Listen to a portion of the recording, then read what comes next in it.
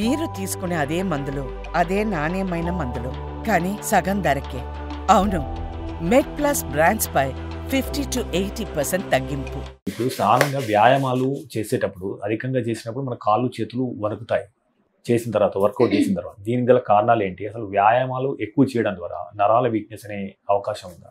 మనకి ఎక్సర్సైజ్ లో mild, moderate, high intensity workouts ఇలా ఉంటాయండి. ఓకే, సో ఏదన్నా స్ట్రెచ్చింగ్ ఎక్సర్సైజెస్ లాంటివో సింపుల్ ఎక్సర్సైజెస్ చేసుకున్నప్పుడు ఏమవుతుందంటే ఫస్ట్ కోర్ మజిల్స్ అనేవి స్ట్రాంగ్గా అవుతాయి. వన్స్ ఆ కోర్ మజిల్స్ స్ట్రెంగ్థనింగ్ అయిన తర్వాత మాత్రమే మనం ఇంటెన్స్ వర్కౌట్స్కి వెళ్ళాలి. అలా కాకుండా మొదలెట్టడమే వాళ్ళు జిమ్ లాంటివి హెవీ వెయిట్స్ అనేది ఎత్తడం మొదలు పెట్టారనుకోండి, వాళ్ళకప్పుడు ఈ డిస్క్ ప్రాబ్లమ్స్, మజిల్ టేర్ అవ్వడము, లిగమెంట్ టేర్స్ ఇవన్నీ చాలా కామన్గా చూస్తూ ఉంటాం. అండ్ ఈ నర్వ్ కూడా ఒకసారి పుల్ అయితే కనుక ఆ డిస్క్ నుంచి ఒత్తుకొని అది రికవరీ చేయడం అనేది చాలా ఇబ్బంది అవుతూ ఉంటుంది.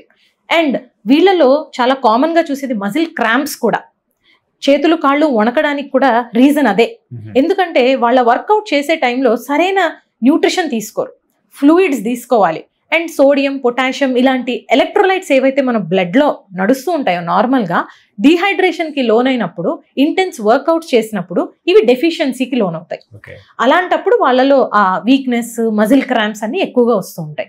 సో అంటే రాకుండా ఏం చేయాలి మేడం? ఎక్కువ హైడ్రేట్ చేసుకొని అండ్ ఫస్ట్ మనం బాడీ మజిల్స్ అన్నిటిని స్ట్రెంగ్థెన్ చేసుకొని అప్పుడు హై ఇంటెన్సిటీ వర్కౌట్స్ కి వెళ్ళడం అండర్ సూపర్విజన్ అండ్ గైడెన్స్. ఎప్పుడు కూడా మనకి ట్రైనర్ లేకుండా మనం అలాంటి వర్కౌట్స్ కి అటెంప్ట్ చేయకూడదు. చేసినా కూడా ఒక గ్రేడెడ్ మెకానిజంలో వెళ్ళాలి. అంటే ఒకే రోజున అన్నప్రాసన రోజు ఆవకాయ తినకూడదు అన్నట్లుగా ఒకే రోజున మనము 1 hour 2 hours ఒకేసారి వర్కౌట్ చేస్తే బాడీ తట్టుకోలేదు. సో ఫస్ట్ 10 minutes నుంచి మొదలు పెట్టి స్లోగా ఇంక్రీజ్ చేస్తూ maximum up to 45 minutes or 1 hour should be sufficient అనమాట. సో ఆ ఎక్సర్సైజ్ లో కూడా మారుస్తూ ఉండాలి. ఒకరోజు సైక్లింగ్ చేశారు, ఇంకో రోజు వాకింగ్ చేయాలి, ఇంకో రోజు వర్కౌట్స్ చేయాలి. సో స్ట్రెంగ్త్ పెంచుకునే ఎక్సర్సైజెస్ ఏవైతే ఉంటాయో ఒక లిస్ట్ ఇస్తారనమాట మనకి ట్రైనర్స్ ఎవరన్నా. సో దాని ప్రకారం చేసుకుంటూ వెళ్తే కనుక ఈ డ్యామేజ్కి గురవకుండా ఉంటారు.